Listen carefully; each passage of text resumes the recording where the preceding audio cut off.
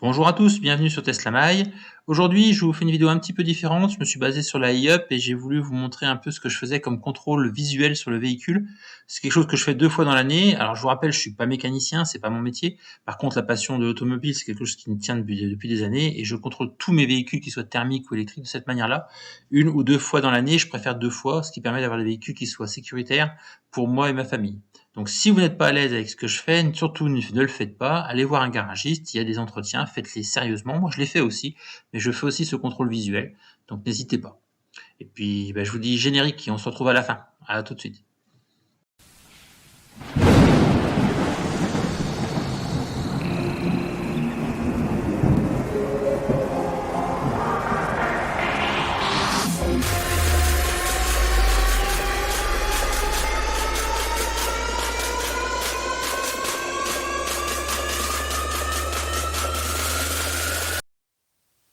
Alors voilà, contrôle donc visuel de l'état. Donc après démontage de la roue, alors comme je vous expliquais, vous voyez la roue je l'ai glissée sous le véhicule.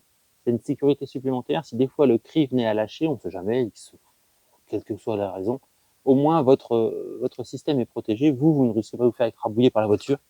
La voiture sera en appui sur la jante, on remet le cri et on peut ressoulever la voiture. Bon, donc véhicule, je vous rappelle qu'il y a 100 000 km. Donc, contrôle visuel des amortisseurs. Très important de regarder l'état des amortisseurs, donc des soufflets, et éventuellement, voilà, on vérifie bien que le soufflet est en bon état. Souvent, quand ils sont foutus, ils se suintent. Donc ça, on peut le voir, on le voit sur les coupelles, ils se suintent, ceux-ci sont en bon état. Il y a un léger couinement par moment, mais c'est rien de bien méchant, je contrôlerai. Après, ce qui peut être contrôlé, c'est ici, voir si ça bouge, s'il y a des jeux. S'il y a des jeux latéraux, alors quand on prend sa main, on essaie de prendre des jeux latéraux, ici aussi, de chaque côté, on essaie de bouger. Si ça bouge pas, il n'y a pas de souci, il n'y a pas de jeu. État des disques. Donc les disques, ils sont épaulés. C'est-à-dire que vous avez un cran ici. C'est normal, un véhicule à 400 000 km, vous pouvez avoir un épaulement. Mais là, très sincèrement, l'épaulement est très léger. Alors quand on peut tourner, on a un cran d'usure, en fait, qui est marqué sur le dessus, sur le haut ici, ça vous donne l'état de votre disque. Donc en tournant la roue, là, je peux pas parce qu'elle est enclenchée, donc je ne peux pas. Mais donc logiquement, quand on tourne, on a un cran. Et puis on va regarder aussi l'état des plaquettes, l'usure des plaquettes. Vous voyez ici qu'il y a encore beaucoup de matière, donc il n'y a pas de nécessité de changer les disques ni les plaquettes. Donc 100 000 km, petite e-up. On vérifie aussi, vous voyez, en faisant ça, c'est l'état de cette rotule là. Ici, là, qui peut s'abîmer. C'est la rotule de direction, donc ça, on la contrôle. On contrôle tous les jeux qu'on peut avoir au niveau du train avant. S'il n'y a aucun jeu, il n'y a pas de souci. On remonte allègrement la jante, et puis c'est parti. Il n'y a pas besoin d'aller plus loin. Donc ça, c'est pour la partie avant. On va se retrouver sur la partie arrière. Donc là, on va procéder au démontage de la partie arrière. Alors, je vous ai raté le vidéo de démontage de la partie avant. Mais on va passer sur la partie arrière. Je vous montrerai en vidéo ce qu'il faut contrôler sur la partie avant. Donc pareil, on va faire un démontage de roue et toujours essayer de sécuriser le système. Donc si vous n'avez pas sécurisé, vous pouvez mettre une chèvre ou alors vous glissez votre roue sous le véhicule pour essayer d'avoir le véhicule qui ne soit pas totalement au sol s'il venait à tomber. Il devrait.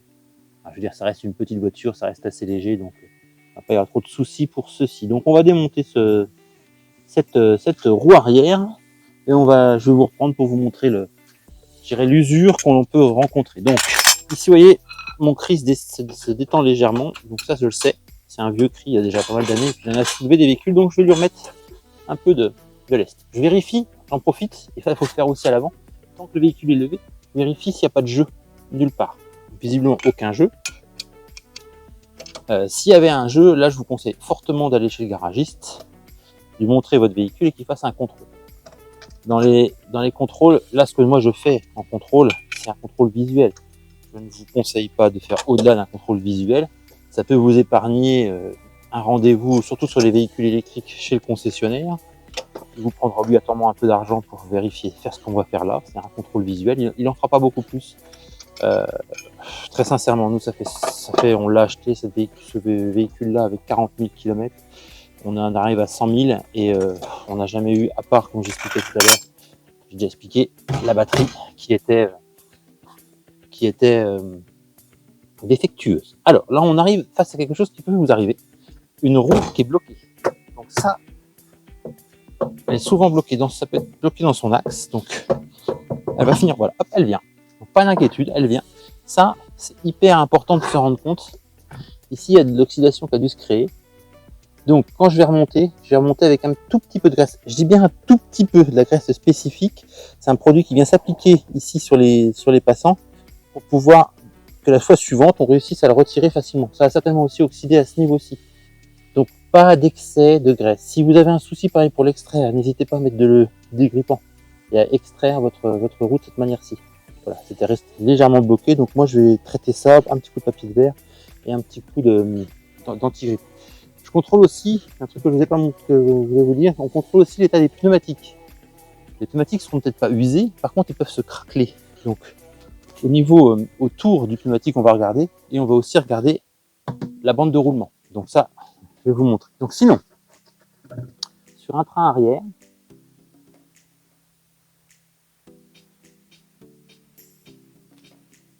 donc contrôle visuel d'un train arrière. Eh ben, c'est hyper simple. L'arrière, il n'y a vraiment pas grand chose à contrôler. Tout à l'heure, on a vérifié le jeu de la roue, donc ça va peut-être savoir s'il y avait du jeu au niveau du tambour. Pour ce véhicule-là, c'est des tambours. Vous pouvez avoir des disques à l'arrière, c'est le véhicule. Et puis, on va regarder un peu l'état de tout. Donc, des plastiques, des flexibles, des amortisseurs. L'état aussi de ceci-là, qui est les butées. Les butées sont pas. Et ici, un truc important à surveiller, c'est le sointement. On peut avoir un sointement. S'il y a un sointement, l'amortisseur est mort. Il faut le changer. Voilà un peu le contrôle que l'on peut avoir à faire. Au niveau du pneumatique, donc au niveau du pneumatique, on va se remettre sur le pneumatique. Donc le contrôle visuel du pneumatique, ça va être l'épaisseur donc qui reste de matière avec les témoins. Si vous voyez bien les témoins d'usure. Donc on a deux témoins. On a un témoin ici qui est un témoin de première usure et un témoin d'usure limite. Donc là, il ne faut jamais l'atteindre.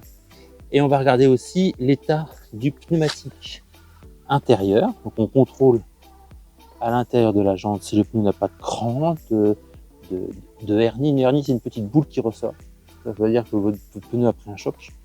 Et pareil au niveau extérieur, on fait un contrôle. Vous voyez que cette jante a déjà pris des petits crans, mais il n'y a aucun cran sur le pneumatique en lui-même. Le pneumatique est en excellent état.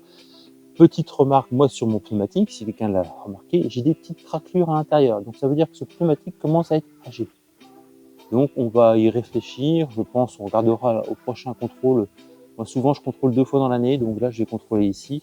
Je recontrôlerai certainement au printemps.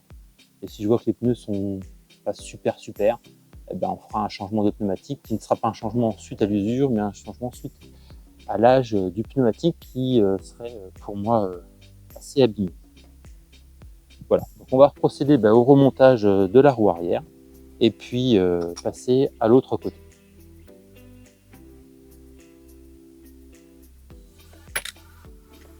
Comme j'ai expliqué, donc avant le remontage, moi je vais bien nettoyer et je vais utiliser une graisse spécifique. Je vous conseille d'aller en chercher une dans un spécialiste de l'automobile. Je nettoie aussi l'intérieur au niveau de mon support de moyeu, au niveau de la jante. Moi la graisse, je la positionne sur la jante. Donc je vais essayer de vous montrer.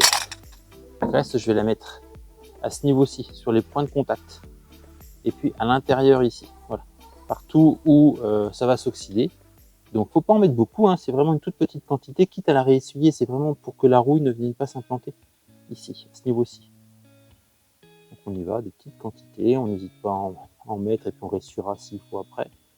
L'idée c'est pas non plus d'avoir 3 tonnes, parce qu'il faut pas oublier une chose, c'est que votre roue quand elle va tourner, il y a une inertie qui va se faire vers l'extérieur et votre graisse va venir se loger dans le passage de roue. C'est pas très grave dans l'absolu, mais c'est jamais très propre non plus. Donc moi je suis un peu chiant là-dessus. Et hop, je repasse pas un coup partout, mais là où je peux avoir fait un peu d'excès. Voilà pour ça. Et après, c'est pas plus compliqué que ça. On va ramener la roue à sa place et on la repositionne. Hop, vous voyez, tout de suite ça tourne beaucoup mieux. Je vérifie que mes trous sont quelque part ici. Et voilà. Alors, petite chose aussi que j'aime faire, parce que d'origine, les écroutes ne sont jamais graissées. Moi, je mets juste un petit point. Comme ça, quand je le monte et je le démonte, c'est pas le point du bout qui est important, c'est le point sur le filetage. Comme ça, le jour où je vais le redémonter, j'aurai moins de difficulté à le démonter. L'idée, c'est ça, c'est de se retrouver, comme c'est moi qui fais les entretiens, quand c'est eux, avec leur machine, là, ils tapent avec leur. Alors, j'ai jamais investi dans une clé à choc, et pourtant Dieu sait que j'ai fait pas mal de mécanique. Je trouve que ma croix va très bien. Donc l'idée, voilà, un petit peu de gras sur le filetage, pas grand chose. Et on resserre tout ça tranquillement. Alors, le serrage, pareil, je vais appuyer là-dessus aussi. Même si votre frein à main est tiré, vous ne serrez pas à fond, véhicule levé. Ça n'a aucun intérêt, vous allez forcer sur le mécanisme derrière au niveau du frein. À l'avant, c'est encore pire. Si votre voiture est une voiture automatique, c'est que vous allez jouer sur la boîte auto. Vous risquez d'abîmer la boîte auto. Donc, on attend que les pneus soient reposés au sol et on vérifie le serrage. Toc. Je ne fais juste qu'un pré-serrage. Vous voyez, pas quelque chose de violent. Ce que j'ai déjà fait à l'avant. Après, l'idée, vous allez voir, on va redescendre la voiture en entier. Alors, petite voiture, donc c'est pas hyper important. Dans le sens de la descente, un peu fait un peu comme on l'entend. La plus grosse voiture, on fait quand même attention. Voilà. Et là, vous voyez, je redescends. Donc, ce qu'on entend là, c'est aucune inquiétude, c'est l'amortisseur qui se replace. Voilà. Ensuite, resserrage. Et là, alors, moi, je le fais à la croix. J'ai pas pris de clé dynamométrique. Sinon, vous prenez une clé dynamométrique et vous allez le faire à la clé dynamométrique. Très sincèrement, ça, c'est pour être pro clé dynamométrique. Moi, je le fais. Ça, c'est moi qui le fais. C'est ma responsabilité. Jamais à la clé dynamométrique. Ça, c'est mon avis. Chacun fait ce qu'il veut. Voilà, j'ai remis de ce côté-là. Je fais pareil devant. Et on va se retrouver pour l'autre côté. Voilà, donc là, c'est démontage et contrôle. Donc démontage de la partie avant. Je vais soulever la voiture avec 2 cris. Mais je ne vais faire qu'un côté par un côté. En question de sécurité. Je vais vous montrer la partie avant. Et puis dans un second temps, je vous montrerai la partie arrière. Ce qu'il faut contrôler.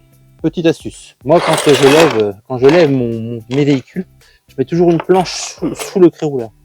Ça, c'est une question d'expérience. Le bitume n'est pas toujours de qualité ou il fait peut-être parfois chaud. Et le bitume peut se déformer. Donc, par sécurité, une planche qui va permettre de répartir la charge de levage du cri rouleur. Vous en profitez, tant que vous êtes à regarder, contrôler l'état des soubassements de votre véhicule.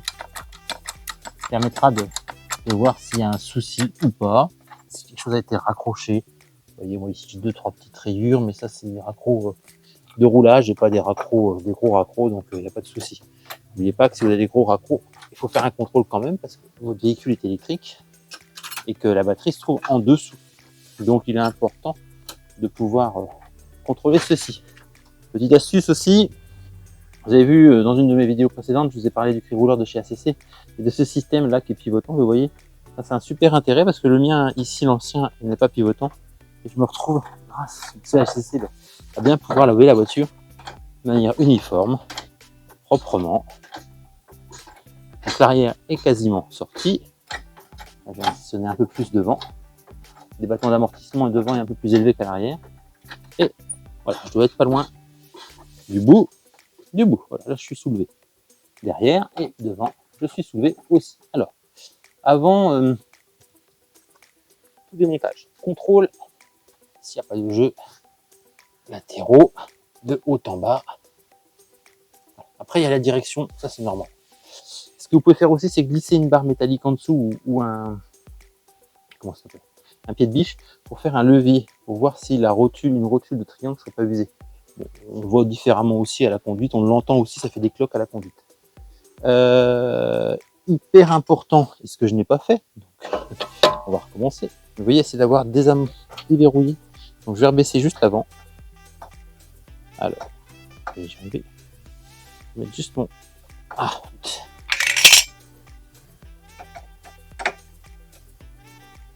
Voilà, mon pneu en contact. Toujours déverrouiller desserrer vos écrous avant de lever le véhicule.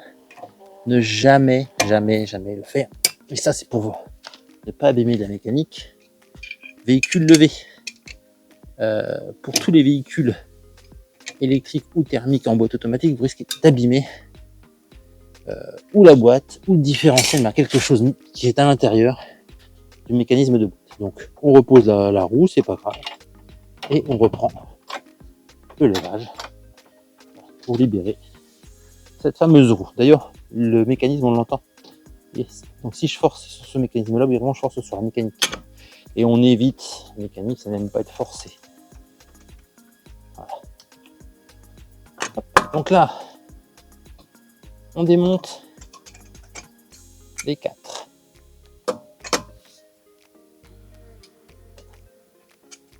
Vous remarquerez, j'utilise toujours une clé à croisillon. Je n'ai pas de clé à choc, donc je ne le fais pas la clé à choc. Je fais ça au croisillon. Et ensuite, je déboîte ma roue. Petite chose, lorsque vous avez du mal à déboîter votre roue, c'est qu'ici, il y a de l'oxydation. Souvent à l'arrière, on le voit. Donc vous verrez bien, mais si ça le fait, il ne faut pas hésiter à venir graisser avec de la graisse spécifique pour venir graisser l'intérieur ici et les supports ici, qui peuvent se coller avec l'oxydation aussi. Et que c'est oxydé, c'est pas collé, mais c'est légèrement oxydé. Voilà, donc ça c'était pour le démontage de la roue. Ah oui, petite chose importante. Quand vous démontez une roue et que vous avez un véhicule dans le vide et que vous allez travailler autour, ce que vous pouvez faire, c'est glisser votre roue en dessous. Si elle ne vous gêne pas, vous la glissez en dessous. Sinon, vous glissez une chèvre. Parce que moi j'avais une chèvre, c'est une chandelle. Vous venez glisser en dessous et accrocher et fixer au châssis. Souvent, quand je mets des chandelles, je mets aussi les pieds sous les chandelles, des plaques sous les chandelles, et je mets ma voiture en pression sous la chandelle, en plus de la pression sur le tri. Comme ça, il n'y a pas de mouvement de caisse.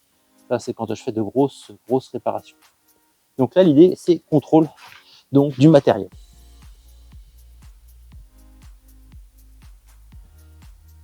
Alors, qu'est-ce que nous allons contrôler sur ce train avant?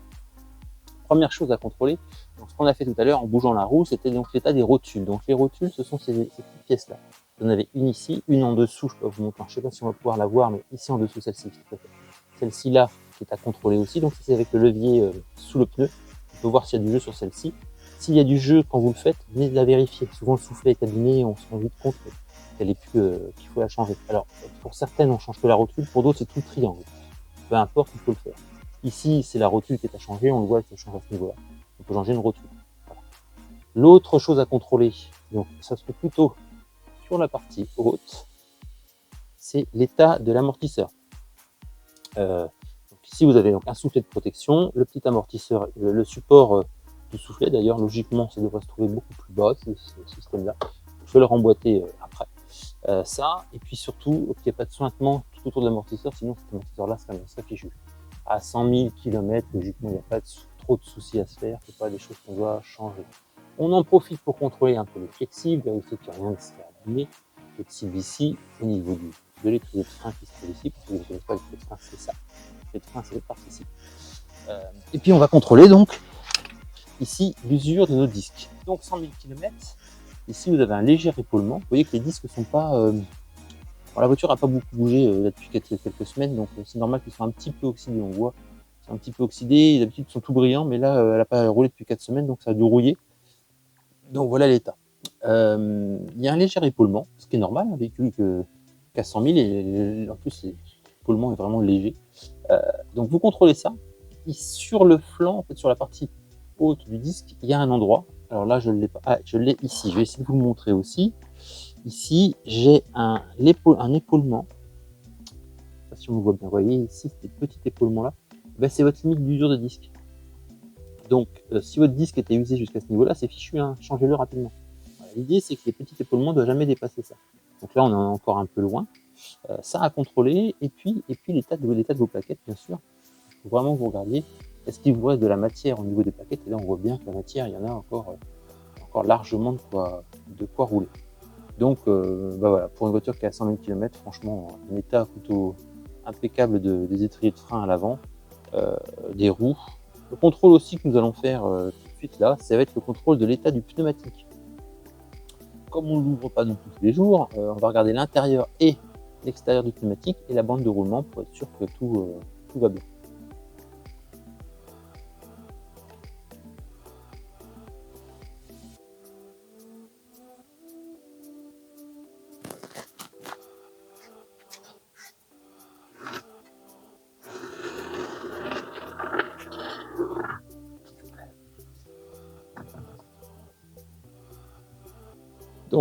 Nous y voici pour le contrôle du pneumatique. Alors, ce qui est important à contrôler, c'est... Alors là, le pneumatique, je l'ai fait frotter au sol, hein, ne me dites pas il a été abîmé, machin. Et voilà. On contrôle l'état complet du pneumatique, surtout le pourtour du pneumatique, par contre. On contrôle s'il n'y a pas d'hernie, d'hernie sur le pneumatique. On va contrôler aussi toute la bande de roulement. Donc, toute cette bande de roulement qu'on a ici, on va bien vérifier l'état, l'usure. Vous avez donc des petits ergots là qui vous signalent à quel niveau d'usure on se trouve. Donc ces pneus ne sont pas en super mauvais état non plus. Et puis on recontrôle pareil en extérieur, même si c'est la partie qu'on voit. Vérifier qu'il n'y ait pas une hernie qui soit mise ici. Alors pour la petite histoire, ces pneus avaient été changés par l'ancien propriétaire, donc à 40 000 km, nous on l'a eu, elle avait déjà un peu roulé, parce qu'il trouvait que les pneus d'origine n'étaient pas de bonne qualité. Il a fait poser donc des Michelin dessus, qui sont de très bonne qualité, les pneus ne disent pas, donc c'est vraiment... Donc là, visuellement, aucun souci. Petite astuce aussi au remontage, donc je réexplique.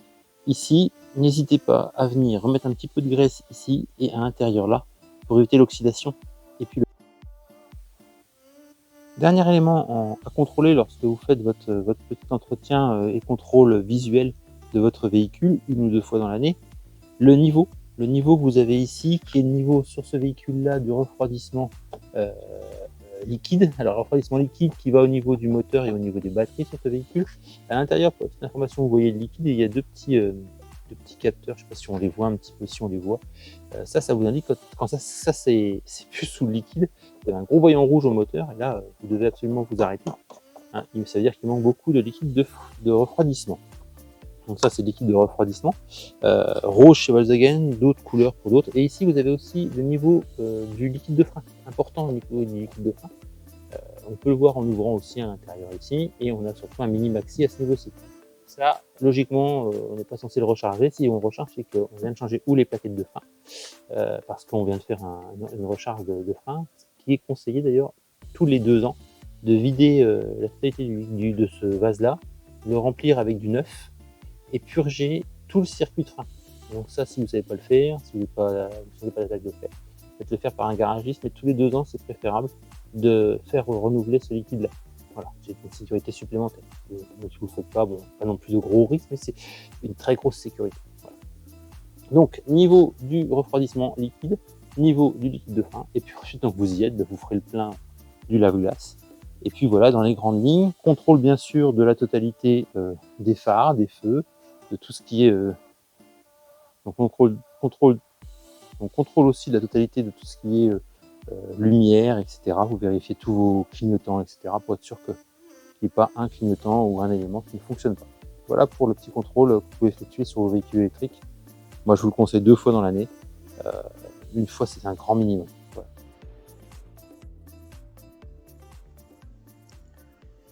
Voilà les amis, donc je profite de cette vidéo de crash test de Euro NCAP là, qui m'a pas mal plu. Là, j'ai regardé ça et je pense que je ferai peut-être une vidéo là-dessus sur les crash tests sur le modèle Y Tesla.